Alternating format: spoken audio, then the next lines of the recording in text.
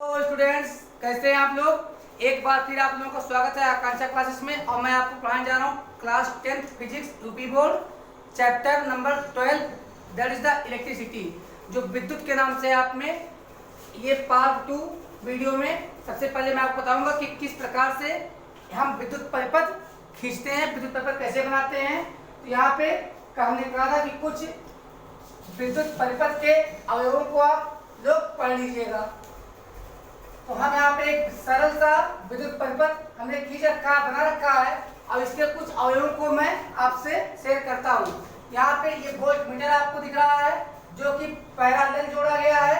Volt meter का काम होता है वह सिराओं, किसी चालक के दोनों सिराओं पर पोटेंशियल अर्थात विभवांतर, विद्युत विभवांतर को मेजर करना, नापना। तो ये हमें विद्युत विभवांतर ये बताएगा कि इस और इस सिरों के बीच कितना विद्युत विभवांतर है। और ये हमारा अमीटर है, जो कि चालक में प्रवाहित धारा की मात्रा को बताता है। और यह हमेशा सीरीज में जुड़ता है, सीरीज में। और ये जुड़ता है हमेशा पैरेलल में जुड़ता है। बच्चों ये हमारा की है, की मीन्स होता है स्विच। अगर हम इसे ऑन ऑफ, आप इससे परिचित हैं, ऑन ऑफ कर देंगे तो अगर आप कर देंगे सप्लाई बंद हो जाएगी, और अगर ऑन कर देंगे सप्लाई चालू हो जाएगी। यहाँ पे हमने ये बैटरी लगा हुआ है। इसमें आप देख रहे हैं कि दो बड़ी बड़ी खूंटियां दिख रही हैं। जो बड़ी खूंटियां होती हैं वो पॉजिटिव टर्मिनल दिखाती हैं, जो छोटी खूंटियां होती हैं वो निगेटिव टर्मिनल दिखाती हैं। तो इधर हमारे निगेटिव टर्मिनल है और इधर हमारे पॉजिटिव टर्मिनल है। ये हमारा बैटरी है, इसमें दो सेल जुड़े हुए हैं और एक से अधिक सेल के संयुक्त रूप को हम बैटरी कहते हैं। तो बच्चों अब हम स्टार्ट करते हैं। और जो इसमें धारा की दिशा होती है वो पॉजिटिव से निगेटिव ली जाती है, अर्थात पॉजिटिव की तरफ से निकलेगी और इधर इस बल्ब से पास होती हुई वापस अमीटर नाप लेगा, वापस की के पास आएगी, की ऑन रहेगी तो सप्लाई चालू, अदरवाइज बंद। यह समझ में आप क्या गया? जी सर। तो बच्चों आगे चलते हैं हम लोग अपने कूलॉम्स लॉ, कूलॉम का नियम। कूलॉम का नियम, बच्चों कूलॉम का नियम क्या है?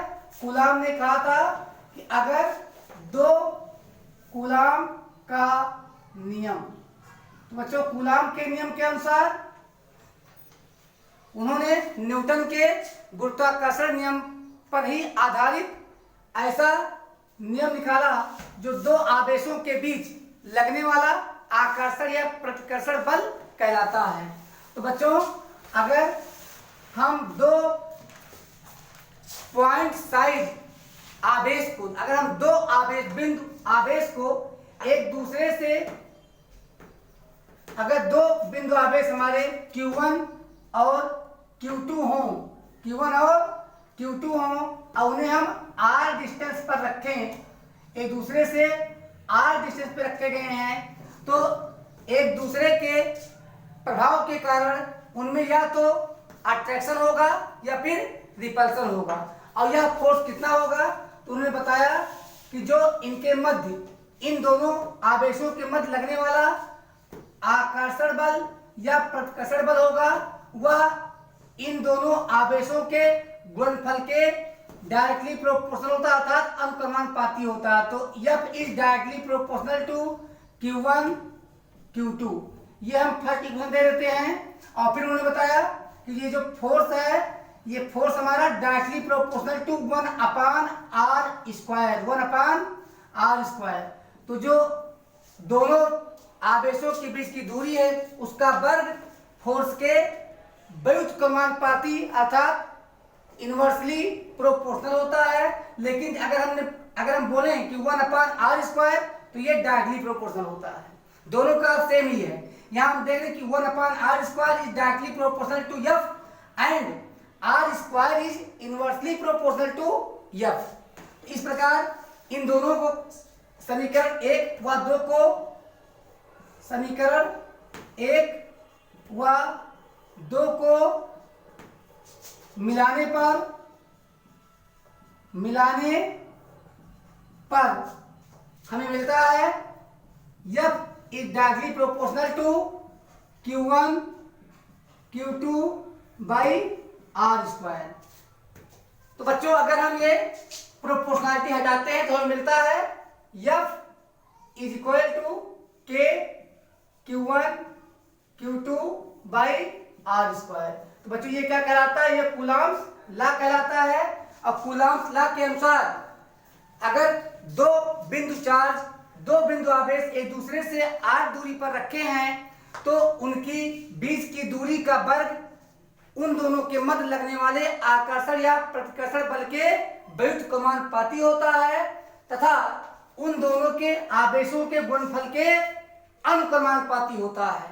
अगर इन दोनों का आवेशों का गुणनफल बढ़ेगा तो फोर्स ज्यादा लगेगा, अगर गुणनफल कम होगा तो फोर्स कम लगेगा। लेकिन अगर यहाँ इनकी दूरी 2 गुना बढ़ती है तो इनके मध्य लगने वाला आकर्षण या प्रतिकर्षण बल 2 गुना 4 गुना कम हो जाएगा। इसी प्रकार अगर इन दोनों के बीच की दूरी को हम 3 गुना कम कर लें तो मध्य में लगने वाला फोर्स 3 त्रिका 9 गुना बढ़ जाएगा।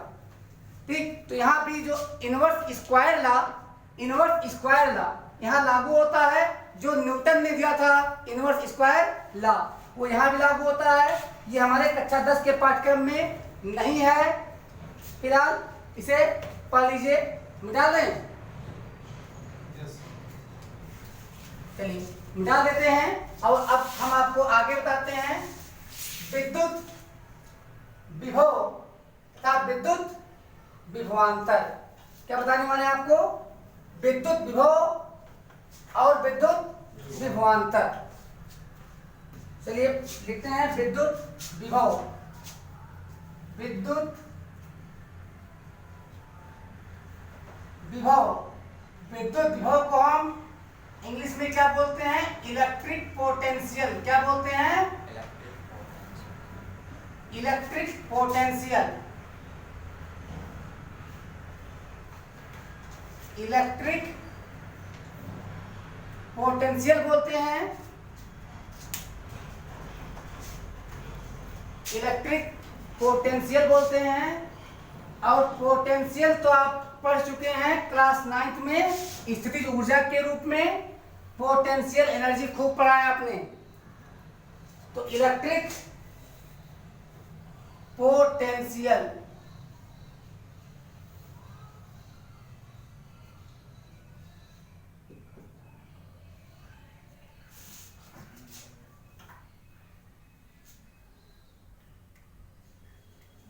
Electric potential. तो बच्चों इलेक्ट्रिक पोटेंशियल होता है, आपको समझाते हैं। अगर यहाँ पे कोई क्षेत्र है और यहाँ पे कोई 2 पॉइंट हैं, ये और पॉइंट बी। तो बच्चों अगर हम अनंत से एक इकाई पॉजिटिव आवेश यानी किसी क्षेत्र के निश्चित बिंदु तक एक इकाई धनावेश लाने में कुछ तो कार्य करना ही पड़ेगा, और जितना कार्य करना पड़ेगा वो हमारा इस बिंदु का यानी क्या कहलाएगा, इस आवेश का विभव कहलाएगा, विद्युत विभव कहलाएगा। तो अब हम परिभाषा दे सकते हैं, परिभाषा अनंत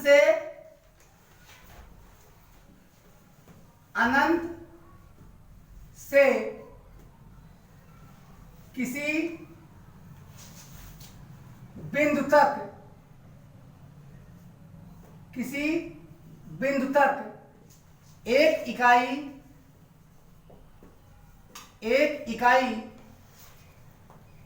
धनावेश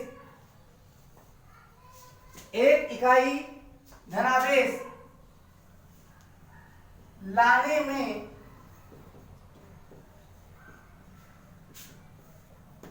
किया गया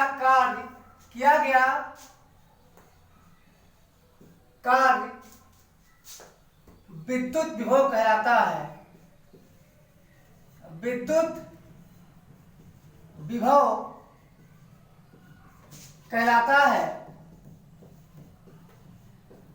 क्या कहलाता है, विद्युत विभव कहलाता है।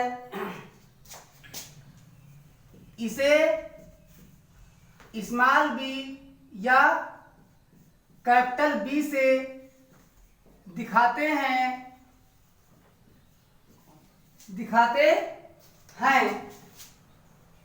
तथा इसका एसआई मात्रक तथा इसका एसआई मात्रक क्या होता है, कार्य क्या होता है, जूल प्रति कूलाम, जूल प्रति कूलाम, जिसे सर वोल्टा के सम्मान में जिसे क्या बोलते हैं, बोल्ट बोलते हैं। क्या बोलते हैं, बोल्ट बोलते हैं। बोल्ट, जिसे क्या बोलते हैं, बोल्ट कहते हैं, बोल्ट कहते हैं। ध्यान दीजिएगा कि बोल्ट हो या कूलाम हो या न्यूटन हो, जो यूनिट के नाम वैज्ञानिकों के नाम के पर लिए गए हैं वो हमेशा कैपिटल लेटर से दिखाए जाएंगे। तो बोल्ट का फर्स्ट लेटर हमेशा कैसा होगा, कैपिटल होगा। अकेले लिखेंगे शॉर्ट में तो कैपिटल भी लिखेंगे, कभी स्मॉल यूज नहीं करेंगे। तो बच्चों अब हम कह सकते हैं अगर पोटेंशियल को हम दिखाएं बी से तो B equal W by Q, ये हमारा पोटेंशियल है। अब बच्चों अब हम डालते हैं हेडिंग पोटेंशियल डिफरेंस, यानी विद्युत विभवांतर। क्या डालते हैं, तो हमें विद्युत विभवांतर समझना होगा। मिटा दें, मिटा दें। आइए समझते हैं विद्युत विभवांतर क्या होता है। अभी आपने देखा कि अनंत से किसी एक बिंदु पर एक यूनिट अर्थात इकाई धनावेश लाने में किया गया कार्य क्या कहलाता है, विद्युत विभव कहलाता है। अब अगर हम सोचते हैं कि अब अगर पॉइंट ये तक अनंत से एक धन चार्ज अर्थात धनावेश, पॉजिटिव चार्ज मतलब धनावेश लाने में अगर W1 यहां तक लाने में W1 कार्य होता है और यहां तक लाने में अगर W2 कार्य होता है, तो दोनों बिंदुओं के बीच पोटेंशियल डिफरेंस क्या है। तो बच्चों अनंत से किसी क्षेत्र के या ऐसे कह दो किसी दो बिंदुओं या एक बिंदु से दूसरी बिंदु तक एक इकाई धनावेश ले जाने में जो कार्य होता है वह दोनों बिंदुओं के बीच का विद्युत विभवांतर कहलाता है। यानी किसी दो बिंदु किन्हीं दो बिंदु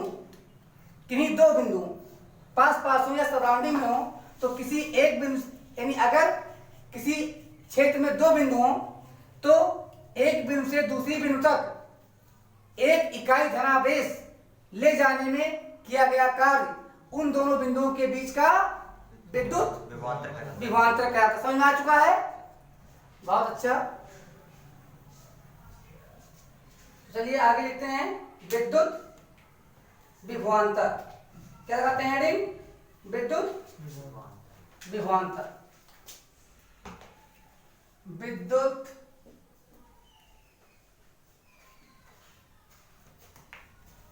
विभवांतर क्या लगाते हैं हेडिंग, विभवांतर। Very good. अब विभवांतर मतलब विभव में अंतर, दोनों बिंदुओं के विभव विद्युत विभव में अंतर क्या कहलाएगा, विभवांतर। क्या बोलेंगे अंग्रेजी में,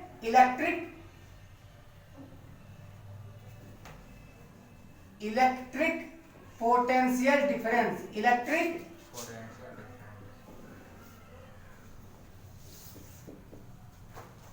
इलेक्ट्रिक पोटेंशियल डिफरेंस।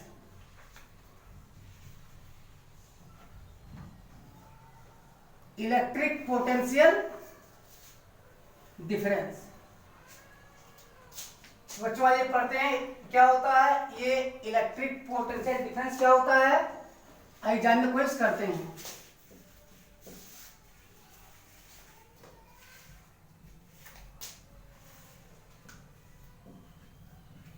किसी एक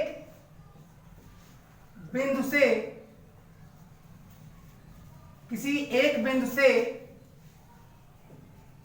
किसी अन्य बिंदु तक किसी एक बिंदु से किसी दूसरी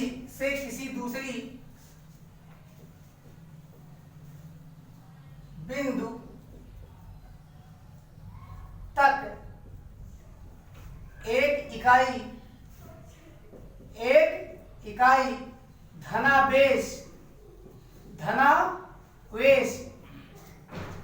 ले जाने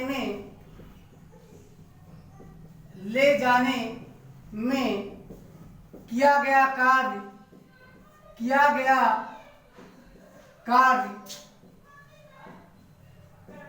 दोनों बिंदुओं के बीच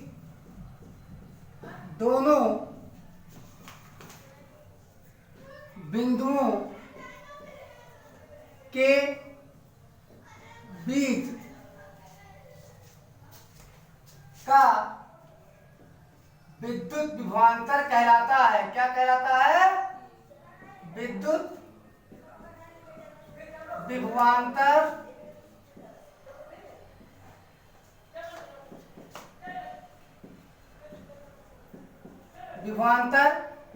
कहलाता है। इसे पोटेंशियल डिफरेंस पीडी या बी से दिखाते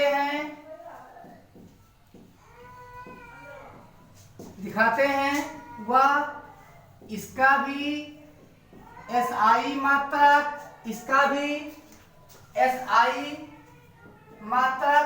क्या है बच्चों? एसआई मात्रक वोल्ट है। क्या है?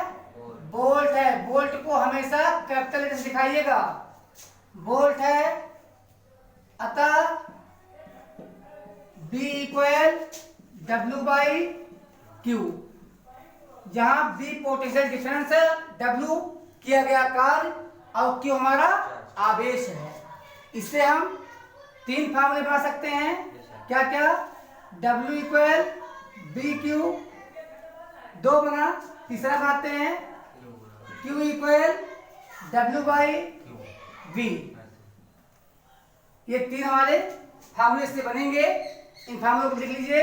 अब आगे आपको हम बताते हैं वास्तव में विद्युत विभवांतर की हमें जरूरत क्यों पड़ती है। तो बच्चों, हम एक उदाहरण लेते हैं। अगर हमारे पास खोखला बेलनाकार पाइप हो और उसे हम पृथ्वी से दोनों सिराओं की ऊंचाई बराबर कर दें, क्या लगता है क्या उसमें कोई द्रव एक सिरे दूसरे सिरे की तरफ जाएगा? नहीं जाएगा, क्योंकि दोनों तरफ का पोटेंशियल बराबर हो गया है। इसी प्रकार से बच्चों, अगर यहाँ नीचे फर्श पर हम कोई पानी की टंकी रख दें और तब उसमें पाइप जोड़ के इतनी ऊंचाई पे टंकी लगाएं, क्या उम्मीद करते हो आप टंकी में से पानी आएगा? क्यों? क्योंकि सोर्स वाटर का जो सोर्स है उसका पोटेंशियल लो है और जहां पे वाटर निकलना है उसका पोटेंशियल हाई हो गया है। तो बच्चों, ये हमने देखा इन उदाहरणों में कि हमेशा एनर्जी हाई पोटेंशियल से लो पोटेंशियल की ओर फ्लो होती है, बहती है। तो बच्चों, जो आप सेल लगाते हैं, बैटरी सेल, तो सेल में देखिएगा हमेशा लिखा होता है 1.5 वोल्ट, अर्थात उसके पॉजिटिव और नेगेटिव टर्मिनल दोनों बिंदुओं के बीच पोटेंशियल में 1.5 वोल्ट का अंतर होता है।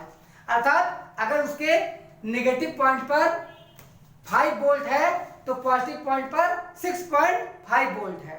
दिस मीन्स दोनों तभी दोनों सिराओं के बीच का अंतर 6.5 - 5 इक्वल्स 1.5 वोल्ट आएगा। इसी प्रकार आजकल सबके घर पे इन्वर्टर है तो बैटरा भी है। कितने वोल्ट का बैटरा है? 12 वोल्ट का। इसका मतलब यह है कि पॉजिटिव टर्मिनल की पोटेंशियल नेगेटिव टर्मिनल की पोटेंशियल से 12 वोल्ट ज्यादा है। 12 वोल्ट ज्यादा है। तो बच्चों, जो सिरा आप ऊपर उठाओगे उसका पोटेंशियल ज्यादा होगा या जो सिरा नीचे करोगे उसका ज्यादा होगा? जो ऊपर होगा। तो अब यहाँ पर पॉजिटिव का पोटेंशियल ज्यादा है या नेगेटिव का? तो धारा किधर से किधर बहेगी? पॉजिटिव से नेगेटिव की तरफ बहेगी धारा। क्लियर हो गया? अब बच्चों हम सोचे धारा क्यों बहती है? धारा क्यों बहती है? आप सोचिए, अगर कोई कागज छोटा सा जाके पानी की टैप में थोड़ा सा हल्का सा लगा दो, ज्यादा बल न लगाओ, अगर पानी खोल दिया जाता है तो क्या होता है? वो कागज तो नीचे गिर जाता है। यानी उस पोर्ट, क्योंकि टंकी ऊंचाई पे रखी है और जब पानी उसमें आता है तो फोर्स के साथ आता है, तो उसमें कुछ बल भी होता है, यानी उसमें गतिज ऊर्जा होती है। तो इसी प्रकार जब पोटेंशियल डिफरेंस क्रिएट किया जाता है उसे हम विद्युत सोर्स कहते हैं, विद्युत का सोर्स कहते हैं। जैसे हमारे बैटरी और सेल, ये सब कौन से जुगाड़ हैं, कौन सी युक्ति हैं जो किसी चालक में धारा के परिवहन को सतत बनाए रखते हैं। और धारा का परिवहन तब तक होता रहेगा जब तक कि दोनों टर्मिनल की पोटेंशियल बराबर नहीं हो जाएगी। और जब तक आप ये नहीं कहेंगे सर बैटरी डाउन हो गई, बैटरी डाउन हो गई मतलब धीरे धीरे जो दोनों बिंदुओं के, जो दोनों पॉजिटिव और टर्मिनल और नेगेटिव टर्मिनल के बीच का जो अंतर था पोटेंशियल में, वो बराबर हो रहा है। तो अब वह बल कौन लगाएगा कि पानी उधर जाए, जब दोनों बराबर हो जाएगा। तो ये होता है इलेक्ट्रिसिटी को फ्लो होने में जो मदद करता है। हम कह सकते हैं कि चार्ज का ड्राइवर कौन है, यानी आवेश को कौन चलाता है। तो अब आप क्या बोलेंगे? अगर मैं पूछूं कि उस युक्ति का नाम बताओ, युक्ति मतलब होता है तरीका, वह मेथड बताओ, वह जुगाड़ बताओ जो किसी चालक में धारा को चलाता है। क्या है? बैटरी या सेल, बैटरी या सेल। अब बैटरी या सेल कहने में दिक्कत हो रही हो तो कह सकते हो कोई विद्युत स्रोत चाहिए, कोई विद्युत स्रोत चाहिए। तो बच्चों इसकी जरूरत क्यों होती है? क्योंकि अभी सबसे पहले हमने जो परिपथ बनाया था उसमें आपको दिखाया था मैंने कि देखिए सेल जुड़े हुए हैं। क्यों? क्योंकि यह दोनों सिराओं पर पोटेंशियल क्रिएट कर देता है। तो जिधर पॉजिटिव तार टच होता है उधर का पोटेंशियल हाई हो जाता है और जिधर नेगेटिव तार टच होता है उधर का पोटेंशियल लो होता है। इस प्रकार धारा बहने लगती है। तो जब धारा बहती है तो हम ये मानते हैं, अब आगे आते हैं, आपको आगे बताते हैं ओम ने क्या किया था।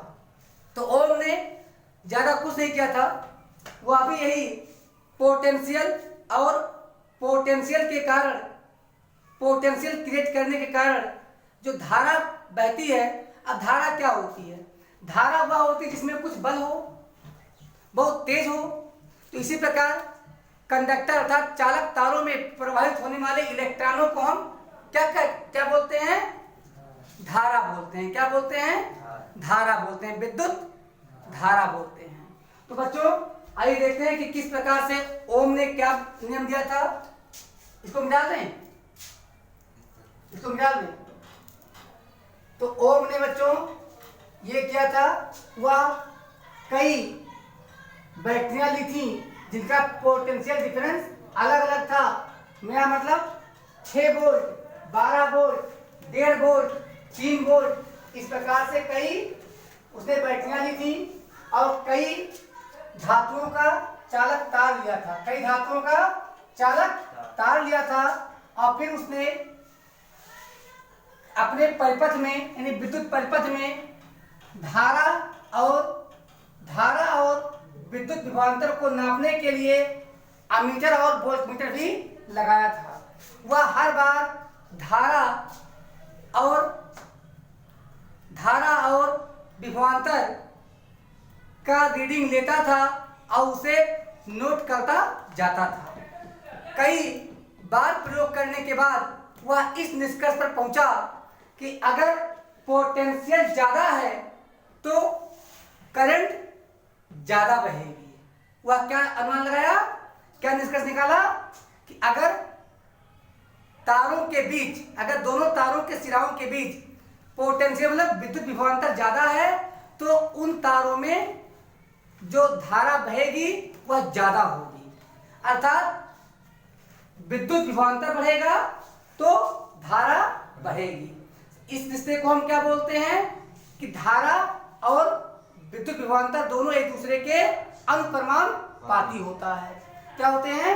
अनुप्रमाणपाती होते हैं। और फिर उसने धारा आई, हमने धारा आई, धारा किस दिखाते हैं आई से, और विभवांतर को बी से दिखाते हैं। तो उसने ये देखा कि जब वो बी और आई के बीच ग्राफ खींचा तो ग्राफ एक सीधी सरल रेखा मिली।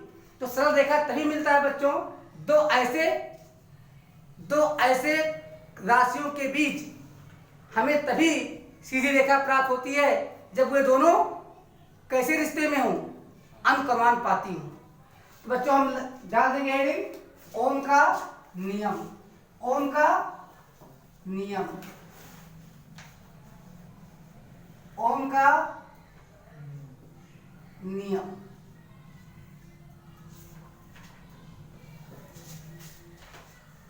तो बच्चों ओम ने क्या बताया था हमें, ओम ने बताया यदि किसी चालक, अब यहां चालक का मतलब टेम्पो टैक्सी का ड्राइवर ना मानिएगा, वह तार जिसमें करंट फ्लो होता है वही चालक कहलाता है। यदि किसी चालक मतलब दो तार में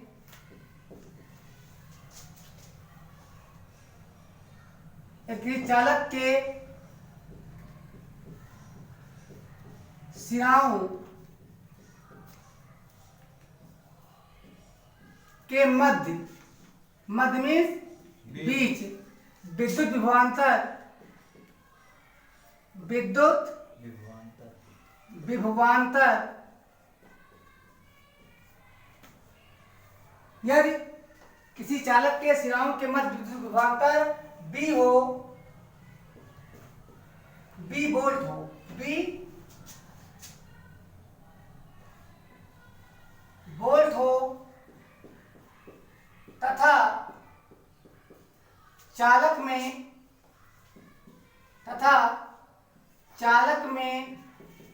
प्रवाहित धारा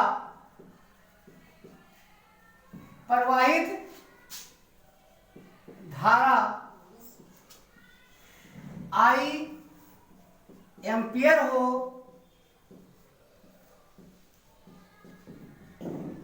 तो उसने बताया अगर वो क्या किया था, मैंने बताया था कि 1.5 volt, 3 volt, 6 volt, 9 volt, 12 volt की कई बैटरी ली थी, जिसे पोटेंशियल को घटा बढ़ाकर हम ऑब्जर्वेशन कर सकें, यानी प्रेक्षण कर सकें।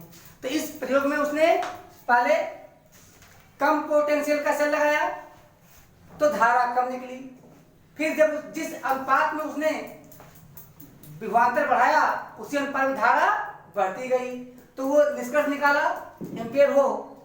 तो ओम के नियम के अनुसार, तो ओम के नियमानुसार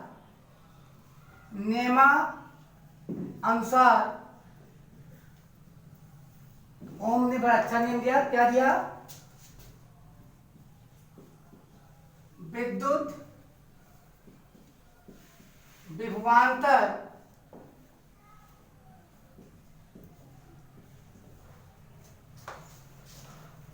चालक के सिरों का विद्युत विभवांतर और चालक में प्रवाहित विद्युत धारा। ये बताइए, कभी कभी केवल धारा लिखी जाती है, कभी कभी विद्युत लिखी जाती है, क्या धारा सही है विद्युत धारा दोनों लिखा है तब सही है? तो बच्चों सही है कि विद्युत धारा सही है, लेकिन जब हम विद्युत के घर में बैठे हैं तो और किसकी बात करेंगे? इसलिए जब हम धारा कहते हैं तब भी हमारा अर्थ विद्युत धारा ही बोलना होता है। इसी प्रकार जब हम विभवांतर बोलते हैं तो एक चैप्टर खोल के रखे हैं विद्युत का, तो अब किसका अंतर निकालेंगे? विद्युत विभवांतर ही निकालेंगे, या B is directly proportional to I। तो बच्चों उसने बताया कि चालक के सिराओं के मध्य विद्युत विभवांतर चालक में प्रवाहित विद्युत धारा के अनुक्रमानुपाती होता है। कैसा होता है? अनुक्रमानुपाती होता है। अगर हम अनुक्रमान दिस मीन्स डायरेक्टली प्रोपोर्शनल, यानी साइन ये प्रोपोर्शनलिटी अगर हटा दें तो हमें मिलता है या B इक्वल्स I आर, जहां आर एक नियतांक है, जहां आर एक नियतांक है तथा इसे चालक का डिस्टेंस कहें तथा इसे चालक का प्रतिरोध कहते हैं, इसे चालक का प्रतिरोध अर्थात रेजिस्टेंस कहते हैं, रेजिस्टेंस कहते हैं। क्या कहते हैं बच्चों? प्रतिरोध कहते हैं, रेजिस्टेंस कहते हैं। प्रतिरोध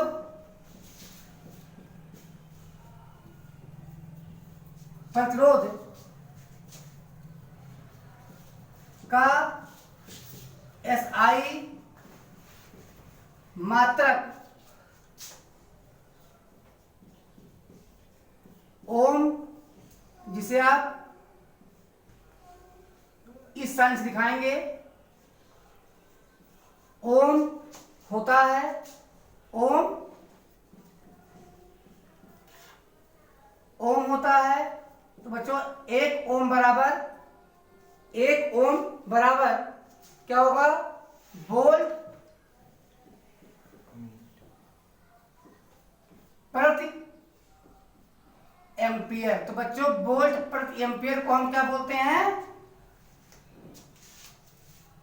ओम बोलते हैं। वोल्ट प्रति एम्पियर को क्या बोलते हैं? ओम बोलते हैं। तो बच्चों अब ये प्रतिरोध क्या होता है, इसको हम परिभाषित करते हैं प्रतिरोध। डालिए हेडिंग प्रतिरोध।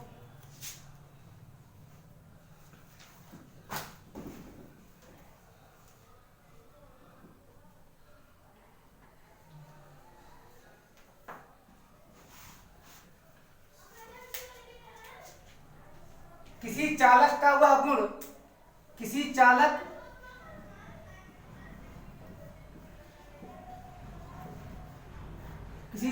का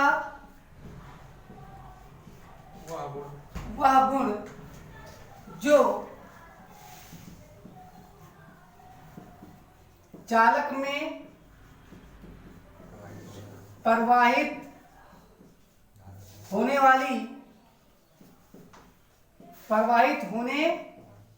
वाली विद्युत धारा का विरोध करे। विद्युत धारा का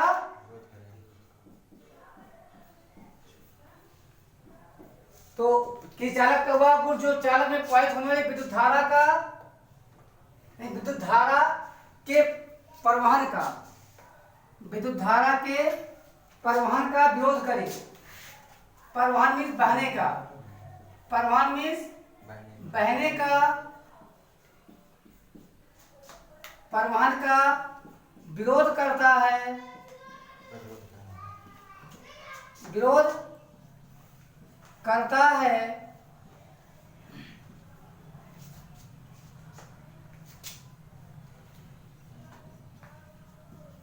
चालक वस्तु का प्रतिरोध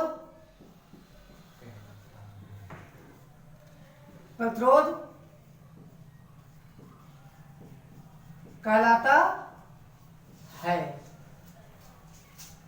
तो बच्चों प्रतिरोध भी हमारा वह गुण है जो किसी वस्तु के विद्युत चालक या जिन पदार्थों में विद्युत धारा आसानी से बहती है उनको हम गुड कंडक्टर कहते हैं, और जिनमें बहुत दिक्कत से फल होती है, या कभी जाती कभी नहीं जाती, बहुत दिक्कत, उनको बोलते हैं सेमी अर्धचालक। अब बच्चों कुछ ऐसे पदार्थ होते हैं जिनका प्रतिरोध इतना ज्यादा होता है कि वो अपने में से होकर विद्युत धारा को बहने ही नहीं देते, उनको हम बोलते हैं इंसुलेटर या कुचालक। बच्चों इस प्रकार से जो आप क्लासिफिकेशन करते हैं, जो आप वर्गीकरण करते हैं विद्युत चालक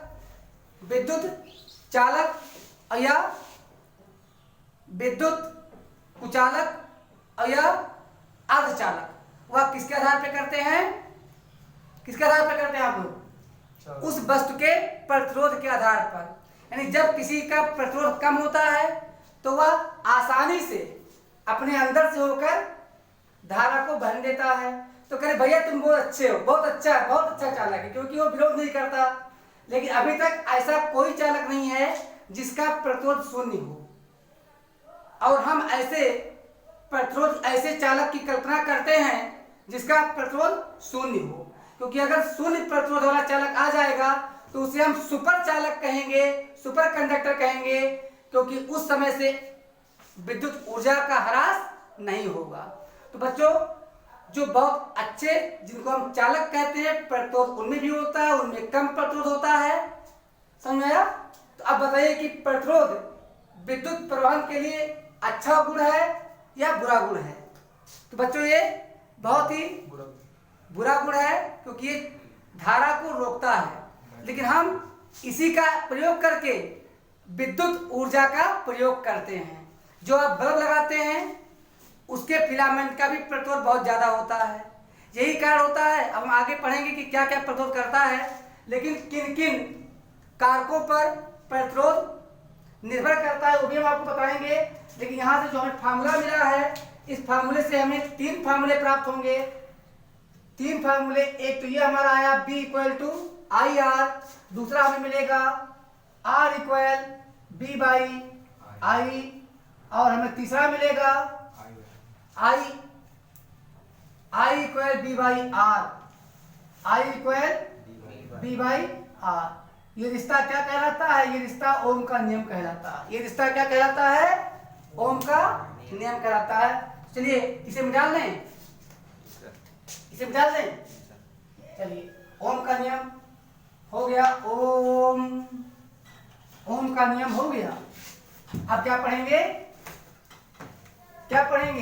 प्रतिरोध को लाइट नहीं है तो काला है। प्रवाह। चलिए, कुछ अंधेरा हो गया, शाम हो गया, बाकी हम कल पढ़ेंगे प्रतिरोध को प्रभावित करने वाले कारक। तब तक थैंक यू।